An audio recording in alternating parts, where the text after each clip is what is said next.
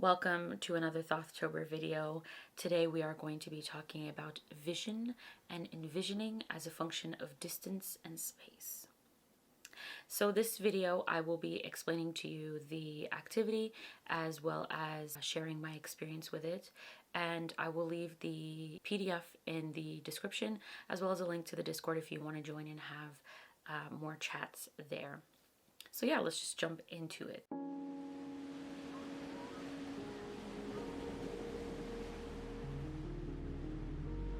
So I got the idea for this pretty much just looking at how we can look even further into the image instead of looking at kind of like what's easy to see on the surface, kind of looking beyond into the background and seeing if like we can imagine the background as a sort of space, and thinking about like vision as a function of like how far you can see and the space around you as far as when it comes to envisioning. We're going to be looking deeper into the image, thinking of our vision, like I said, as a function of distance and space. And pretty much the further we see, the more information we receive, which is like in general how like sighted vision works. And so we're just kind of applying that, transposing it into the image, the tarot card. The question is, when we look beyond, we cast our vision deeper into the image, what do we see? And I've put here on the PDF a definition of the word vision as well as envision. And vision is pretty much the ability to think about or plan the future with imagination or wisdom. It also describes an experience of seeing someone or something in a dream or a trance, such as like a supernatural apparition. That's like a vision if you got a vision, as well as a vivid mental image, especially a fanciful one of the future. So this is what Google is telling me about vision. And envisioning is to imagine as a future possibility, to visualize. So we're going to start off by shuffling and pulling a card. Let's say I'm going to have an example here. I'll just pull one. So when you pull a card, you'll easily be able to see like the surface features of the card. You have the swords, you kind of have the little squigglies and stuff like that, right? The gradient of color, these are the kind of things that you see just immediately. And, you know, if there's a figure, usually you would see a figure, like if in a major arcana card or a court card, you're going to see a person or some type of figure, maybe an animal or something like that, shapes. You're going to have an instinctual feeling. If you know tarot, you'll kind of already have a sense of what you're seeing and how you're feeling about it and what meanings it's representing, all of those things. So what we want to do is start to look, if we can, feel like almost like we have a scope and we're looking a little bit deeper into it. Like a telescope, I guess, if you're looking, far as a function of distance and space. And yeah, so how does it feel when we look even deeper? So like, let's ignore the swords. I know this one is a little bit more of a flatter one, but let's ignore the swords and see what we're looking at in the background. In the background, we have this like red kind of closing in to this like yellow and white color here. So asking yourself, like, is there a gradient of color? Does it feel expansive? Does it feel like closing in? What forms exist in the distance? And start to just imagine this as a space, and just try that with a couple of cards. So pull another one. Now we have this one. We know it's the Tower if you know the tarot at all. Well, the Thoth Tarot, if you know it to some degree, you'll know that this is the Tower card. So some will have a more obvious foreground and background. Some won't. Some will have more obvious figures, things like that, right? So kind of just let yourself wander around a couple of cards, noticing what you're seeing in the background, noticing like trying to extend your sight deeper into the image. And yeah, just feel like, what does the space say about the card? Like if it's something that you're looking at that you haven't seen before, or if you're kind of imagining this space and you're feeling like you're in it, what new ideas does it give you potentially about the card? Like here, if I look past all of the figures, I'm just going to see that dark space back there. It's kind of just a void in the distance, right? So how does that shift my perspective of this Hierophant card? If I ignore all of the big stuff going on and I really just look into the distance and I see that it's just darkness, right?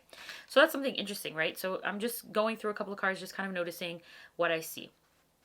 After you've done it with a couple of cards, put them back in the deck, shuffle it up, pull a card facing down. So kind of take a deep breath, and we're going to do this with one card in a sort of deeper, more procedural way. So if you're imagining this is a real place, what would it be like? What would you do there? What would you find there? Would there be people there? What would they be doing?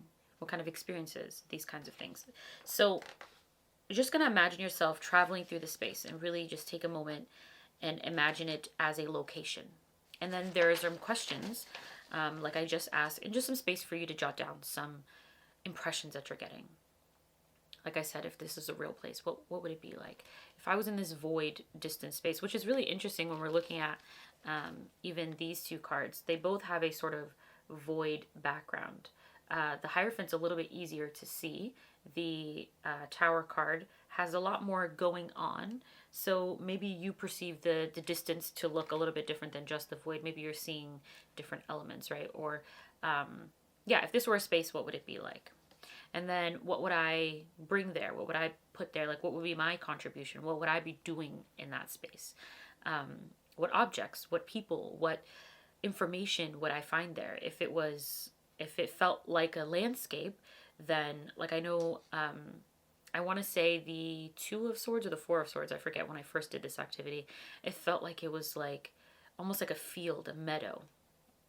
And so what information would I find there? If I'm in that void of the Hierophant, what information would I find? If I'm in the meadow of the, let's call it the Two of Swords, what would I find there? I just find that to be a really interesting exercise. So imagining you're traveling through the space, what experiences would you have? What would you do? And how would it affect you? What would it feel like for you? And so what I found interesting as well was that vision seems to talk about the future. So we're sort of visualizing something that's hasn't happened yet when it comes to the initial definition of the ability to think about or plan the future with imagination and wisdom. So clearly so far we're engaging with imagination and things like that, so it's super interesting. But let's think about what if it's not the future, right? Like, we think of memory as conjuring images of the past, and vision seems like imagination for the future, but something that hasn't happened. So you're sort of conjuring up the image. It's not an image that you're recalling that has already existed. But maybe that's not the case here. Maybe if you're in this place, ask yourself, does it feel like a future? Does it feel like a past? It doesn't have to be just the future, I think. I just want to experiment with that idea, right? So asking yourself and sort of, like I said, noting these things down. Does this place feel like a future? Does it feel like a past for me? And obviously it can feel like your own past. It can feel like the distant past, or your own future, or your own distant future, whatever the case may be, and any sort of mix and mingle of that. And then asking, okay, well, what could this past or present, this past or future be saying about my present? And sort of noting that down. So then that is the conclusion of that aspect. So you can do that if you want more than once, with multiple cards. But the idea is that you kind of get an experience, a feel for trying on that way of seeing the card, and then you go in and do a sort of focused responses to these questions, and really sort of imagining, visualizing, having a vision for what this place could be. And then once you finish that and you sort of reflected on maybe if it has anything to say about your past, present, or future, I kind of came up with this 4-card reading, which was a last minute addition, but I thought was really fun. And it further takes this definition of vision and envisioning. We sort of get this idea of like multi-dimensional exploration when you're thinking about apparitions and fanciful mental images and, imagining the future and things like that.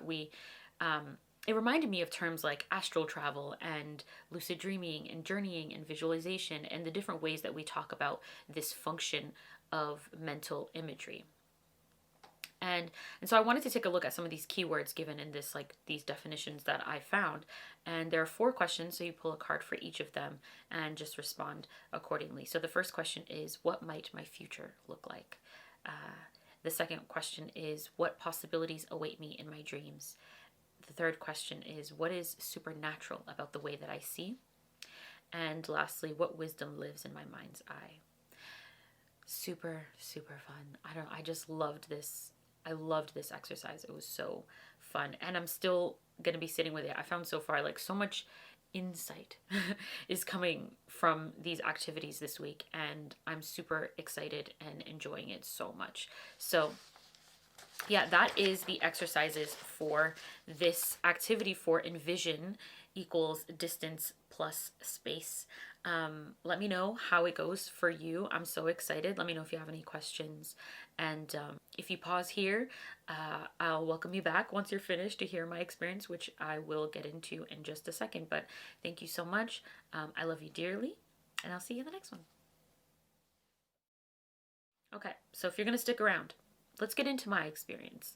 I think I droned on in the last one a little bit too much, so I'm going to try to keep this a little bit more succinct, to be real with you. So,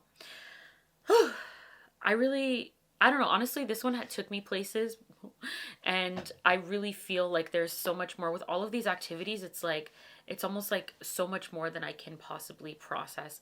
So I'm going to be really interested to really sit with all of these activities at the end of the month and really see how they build on each other. As far as, me going through them through thothtober and not just planning them. So yeah.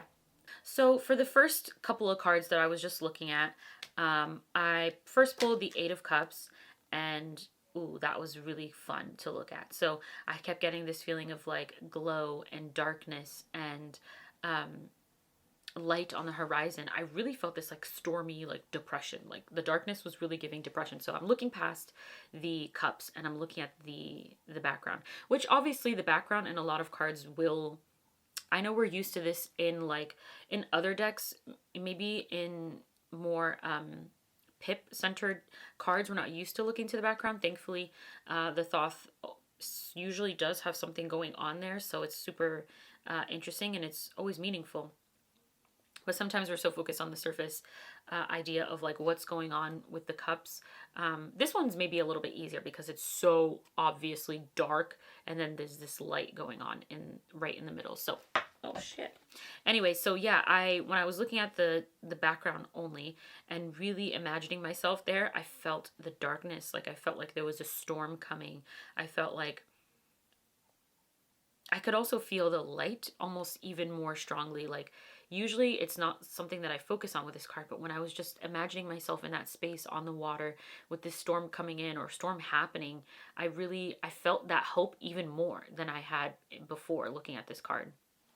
Something about that light in the horizon just felt more prominent than usual, especially because you can also see, well, when you come back to the foreground, you can see that that's where the flowers are. So it's really interesting that they are sort of at the equal place with the horizon. But anyway, that was just one. And so then I pulled another, and where did I put it? Yeah, it was on my lap. Anyway, so I got the Three of Cups, and oh my gosh, of course, we're looking at the grapes. We're looking at the cups. It's looking so abundantly beautiful.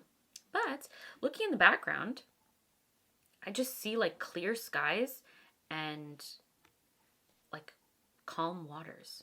And interestingly enough, putting them together, look at that. I hope that's like viewable for you. It's a little bit hard. I'm like fighting with the outdoor light, and then I have my light here, so it's like interesting. Anyway, so for this one, I'm like, oh, clear skies in as a juxtaposition here. I feel like the waters feel sweet to me.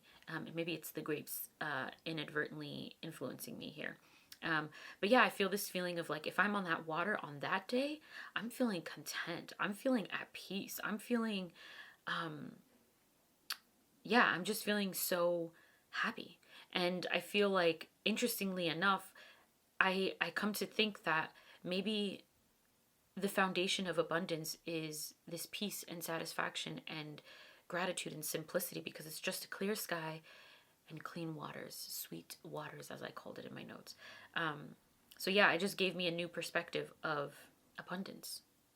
And that's just it's not something that I would have thought about previously. I think the yellow, now that I'm looking at that, the yellow might have been like a nice indicator of what that could be, or of that happiness feeling, but just a different way of deriving meaning is to not look at what's placed so clearly right in front of you. So I brought myself back to center.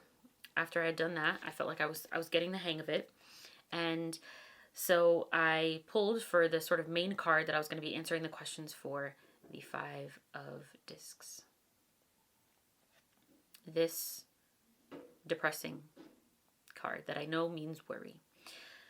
So I started to just get a general feeling. I was feeling like, okay, if this is a place, it is very segregated.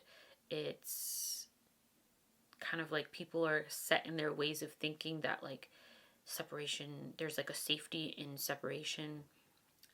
Like it felt really judgy. It felt like I didn't kind of know where I would be or what I would be doing. I felt like I would want to get away. Like I would feel a lot of fear.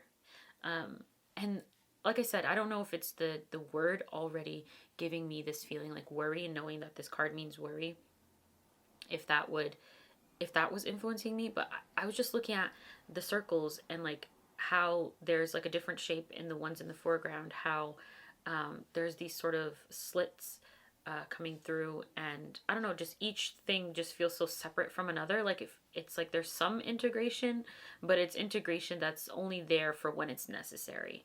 It feels very separated. So here are my responses. Yeah, I said that if this was a real place, it would be like, it would feel desolate. Like it would not be very like abundant. It wouldn't feel happy. There would be segregation, like people would be separated according to I don't know what. It was starting to give dystopian, to be honest. Be fractured, divided, centralized yet divided power. Like the power, like it was very like tenuous. Like I was just getting this feeling of like, you don't know what's gonna happen. Like everything seems like it's going according to plan and like according to, you know, the way that things should go, but you don't feel actually that things are right, you know? Imagining it as a place, I was starting to feel that worry. I was starting to feel like in my body that feeling of like unease. And so if I was there, I feel like I would be really fascinated and really thinking about these like cuts, these slits of like what I perceived to be like light coming in. It was almost like, I don't know, it was kind of weird because it's like, I guess physically in a place you don't have like cracks, but it felt like it. If there were like cracks in the, like almost like if this was a like contained society, and I was like, I would be really fascinated with the edges. Like I would be really fascinated by that. I might be like staring into the cracks, like trying to see them. If I came across one, I might like cover it up and then like really examine it later. Like I might break it a little more. Like if I really felt like rebellious and curious, like I would do that. I might be a vandal. Like I don't know. I would feel this sense of like rebellion rising up in me. This sense of like curiosity. It's like something I wrote, that curiosity was an ineluctable force. It's like I wouldn't be able to cast it aside, and it would sort of grow inside of me. Anyway, that's what I would feel. I felt like objects, people, or information that I would find, I felt like I would find like, I mean, it's like now, right? Like you have, like I said, this dystopian society was just so strong in my mind. I would just feel like there would be like apathetic people, there would be like hopeful people. I would feel a sense of like renewal is possible, but I feel like I would find a general sense of confusion among people. Like people really, they would be doing what they were supposed to do, but they wouldn't be sure also what they were supposed to do. And there would, like I said, be like that centralized power, but it's very like tenuous. They don't really seem stable. They don't really seem like they're telling the truth. They don't really seem like they believe what they say, like that kind of thing. And information, I feel like that's one that I need to like think about even more. Like I wasn't really sure like what information would I find.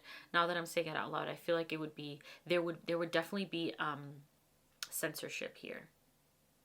There would be things that would be like ignored, and I feel like I would be trying to find that information. But yeah, in general, I feel like maybe I would feel like this like isolation, whether from society or from my family, or I might feel this feeling of like purposelessness, fearful of the future. Like I wouldn't be sure what the future might hold. I would definitely see propaganda on my way to school, on my way to wherever, like I would be coming across these things that just were off, like not right, you know? Not to say that propaganda is always easy to spot, because it's not. But yeah, I feel like everyone would sort of, I feel like I would have, and probably everyone would have this like intensely private self that would be either extremely, I don't know, it would be the intensely private self, I guess, would mirror the outside. It would be like either really hopeful, this place of like that you don't really want to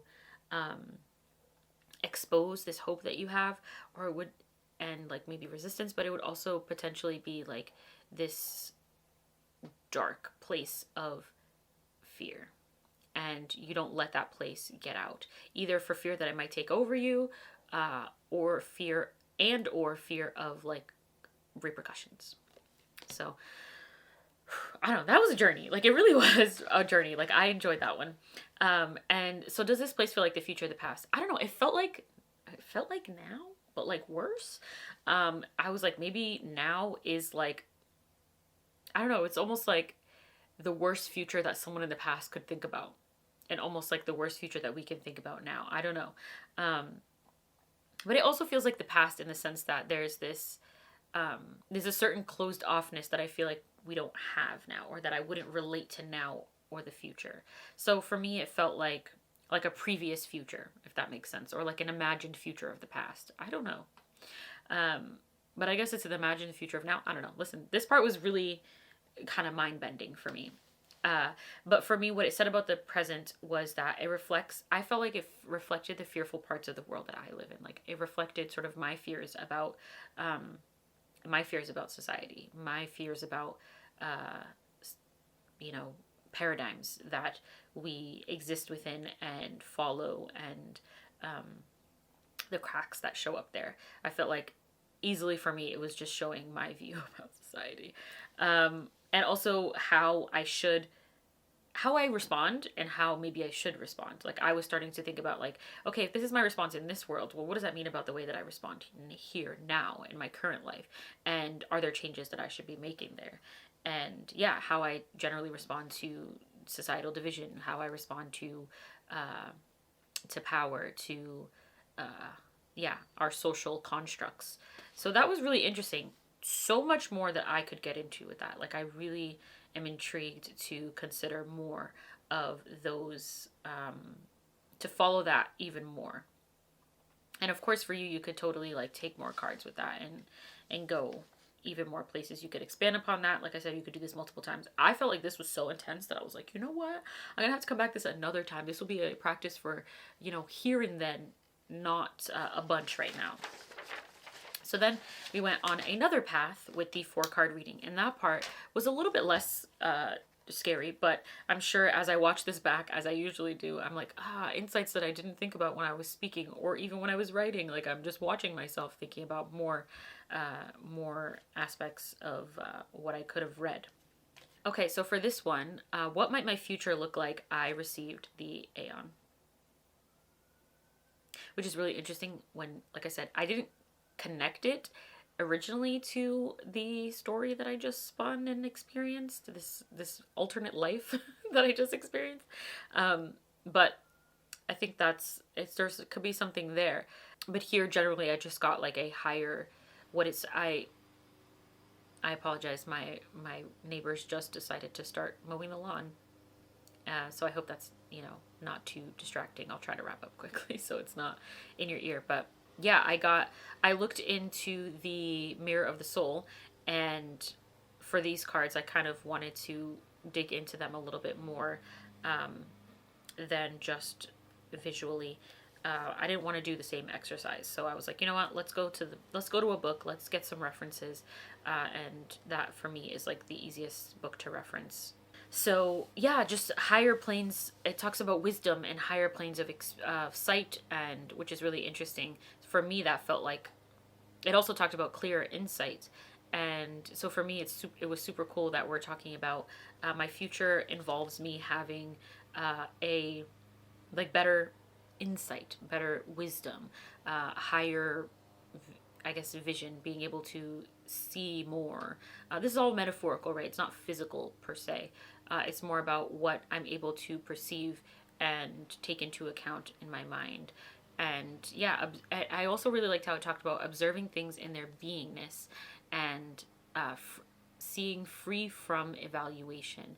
And it's something I try to do, like I talked about in my last video with equanimity. Like I try not to judge things like that, which is really interesting. This is also the judgment card. So higher consciousness is kind of what it talks about. So increased discernment through your experiences, not just through like mental cartwheels, but through the experiences of your body, spirit, and soul, which I really appreciated. I also thought it was interesting that at the top, I don't know how to pronounce it, which I probably should have looked up, but the winged serpent is the god of wisdom. Oiros? I'm not sure. So you people who know can let me know. But yeah, future's bright. It's looking like future's bright. When I'm looking at the background, it's orange. There's a yellow center. It's feeling very like creative, illuminated, things like that. And then next, what possibilities await me in my dreams? I mean, what a nice card to get. I got the Four of Cups, luxury. My dreams are of of contentment, of luxury, of for me, provision, feeling fulfilled, feeling like I have what I need and I'm not frantic about it, which is definitely different than what I just experienced. So yeah, the possibility of deep satisfaction that goes even deep as into my unconscious. So that was really cool. Yeah, just this stable beauty, luxury, and the words that came to mind for me, it reminded me of my word of the year back when I was a Christian, and the word abide. It gave me this feeling of like when you remain, when you abide, like with this stability of the four, you are fulfilled. You're loved. Like this card talks a lot about like receiving love, and yeah, I don't know. There's more to unpack with this, because especially I have a very particular view of the Four of Cups that tends to be related more towards like the Rider-Waite-Smith around like don't take what you're given if that's not what you want, like sticking with what you desire as opposed to what's just being offered. And so I just found that really interesting to see that here of like what awaits me, what possibilities await me in my dreams is to be able to receive what I'm looking to receive. I'm so sorry for the lawn mowing. Guys, why? It's okay. I know you have to do it. Everybody's got to do it, And what's supernatural about the way I see... Oh, wrong one. Spoiler. I got the adjustment, which was a prominent card last year. Super interesting. My first sort of impressions were just like being mindful. Like with adjustment, I'm thinking of like the tiny, minute details and justice as a whole. I'm thinking about like being mutable to see things in different ways and not sort of being harsh to judge, but yeah, just having this open-minded sense of justice. I don't know, seeing karmically, seeing creatively, being able to be balanced in the way that I see the world, which kind of goes back to my future. Super interesting, right? And I guess it also goes into what we just talked about with the last card. See, like I said, I didn't think about them together, but apparently they are together. But yeah, I liked how it said the balance, that is the nature of the universe. And I talked in my recent video about the nature of the universe and how I seek that balance and how it was relevant to my situation. It was the two of discs. So maybe these are the two discs and we're weighing them. And yeah, I don't know, just what I've been saying about equanimity coming up again. And I also want to share just one thing that is said in the book, The Mirror of the Soul. Yeah, I really like how it said in the indication about what situations in your daily life tend to throw you off balance. Discover the conditions under which you find harmony again. Carry this quality with you more and more as you move through your daily activities. I don't know, it's something I strive for, like I said, with the two of discs in the last video. And I guess it's a supernatural way of seeing that is supernatural yet natural to me. I don't know, just thinking in accordance with the balance of the universe. And I could tie that back to my video last year about the center point and the little bubbles and memories and how things, memories kind of touch each other and how they could potentially influence me. Like things like that was really interesting. I guess just the creative way of saying, oh, I also wanted to say the crown Thoth is here, the god of wisdom. So I thought it was really interesting that once again, we're seeing this connection between my future and my supernatural sight. I guess my future is that I continue to grow in that way. So we're referencing wisdom here. Wisdom clearly is something that is expanding within me, according to this reading.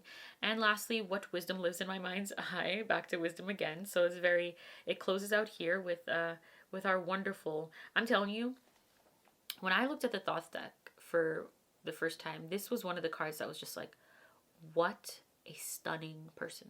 What a stunning card. What a image of what I want to be. Like she's, oh, I don't know, just the horns, apparently she's on a pineapple, which is interesting. I don't think I'm going to get into that, but I just found her to be so captivating and I just love her. I want to give her, does she have a name? I need to name her. She needs a name. Because, yeah, we need to connect more. I mean, the princess I was just reading up about her. I got a journal about her for sure. Clearly, these two women have something to say for me personally. But what wisdom lives in my mind's eye, what I really focused on in the book was overcoming a barren past. And it goes back to the future, like I said. It goes back to the future. I actually never seen that movie. But anyways, yeah, just overcoming the barren past, the wisdom that I have, like it said, about experiences through your body, spirit, and soul. So discernment that comes from your experiences, not just from your like mental ability and ability to have discernment. Something that's developed through experience. And in her case, and in my case, learning how to nourish self and care for the body and care for self and having that nourishing quality through overcoming a barren past. So yeah, it talks about the long and difficult path. So I said my long and difficult path to where I am now, the fruit and clarity. Fruit being pineapple apparently. So yeah, with this, like I said, there's more to find in that. There's so much more, especially with the clarity, with the crystal, and then the princess. I love the princesses. She also has the crystal and the staff. So I thought that was really interesting. There's so much to explore between these four cards. Interestingly, I get two majors. Whoopsie, I can't hold them all. Clearly I'm not going to do that. Let's just move on. I also pulled a card from the Poesis deck. Sorry, I just had to change my battery. My battery was getting low, and I don't like getting cut off. I usually get cut off because I don't notice, but this time I noticed. So, yeah, in the Poesis, I got the Noise card. I just wanted a card to sort of close things out. And I thought it was really interesting to get this card, especially when we're thinking about, like, the space. I'm just imagining this space having, like, so all this noise. Even though we're not in, the week of hearing, and I found it really interesting that we are talking about noise. But as a photographer, I know that what we're talking about also, we talk about noise in the image. And it's like when there's, have you seen those, like back in the day when you have like the physical things that, well, I don't know, listen, film-wise versus digital. But we talk about noise in photography. Listen, I'm not formally trained, so I'm just telling you what I know. But I was just thinking about in the landscape, in the image, the noise in my life. So visualizing, like in my sort of landscape, in my general circumstance, if I'm looking at my life as a sort of tableau, what noise exists in the image? What are the visual obstructions and things that sort of make things unclear? So that's something that I'm going to sit with. I didn't write much. It was something that I really just sat with, and I'm going to continue. I think with this, it's like there's so much writing, but then there's so much more I could write, and I don't want to like overwhelm myself or do too much. So, and then also to share with you, it's like, how much can I really share? I share as much as I can, and we leave it at that.